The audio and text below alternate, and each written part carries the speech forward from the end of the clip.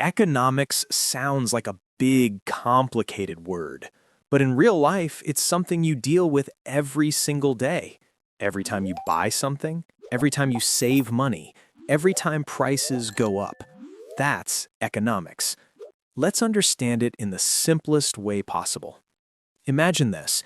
You have 100 rupees in your pocket, and you want three things: food, new clothes, and a movie ticket. But here's the problem. Your money is limited. You can't buy everything. So you have to choose. Do you spend on food first? Do you save for clothes? Or do you watch the movie? This situation, choosing how to use limited resources, is economics. In simple words, economics is the study of how people use limited resources to satisfy unlimited wants. Now let's break that down. First, limited resources. Money is limited. Time is limited. Energy is limited. Even natural resources like water and land are limited. Second, unlimited wants. We always want more. Better phone, better house, better life. But resources are never enough to satisfy everyone completely.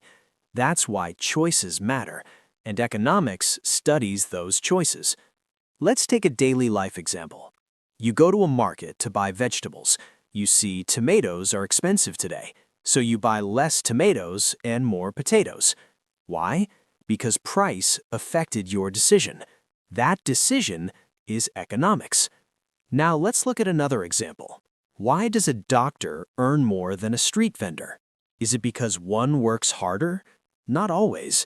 It's because of demand, skills, and scarcity.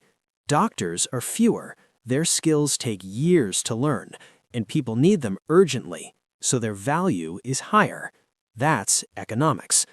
Economics helps answer questions like, why do prices increase? Why do salaries differ?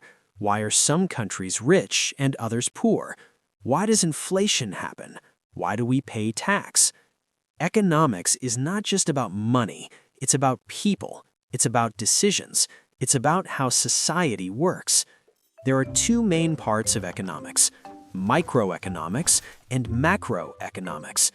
Microeconomics looks at small things like individuals, families, shops, and businesses.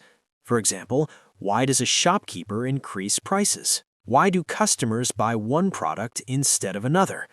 Macroeconomics looks at big things like countries, governments, and the entire economy. For example, why does inflation affect everyone? Why does unemployment rise? Why does a country's economy slow down? Now here's the important part. Economics doesn't tell you what is right or wrong. It explains why things happen. It helps us understand the world better. When fuel prices increase, transport becomes costly. When transport becomes costly, food prices increase. And when food prices increase, everyone feels it. That chain reaction is economics. So next time you hear the word economics, don't think of textbooks or formulas. Think of choices. Think of money. Think of daily life. Because economics is not a subject, it's a part of your life every single day.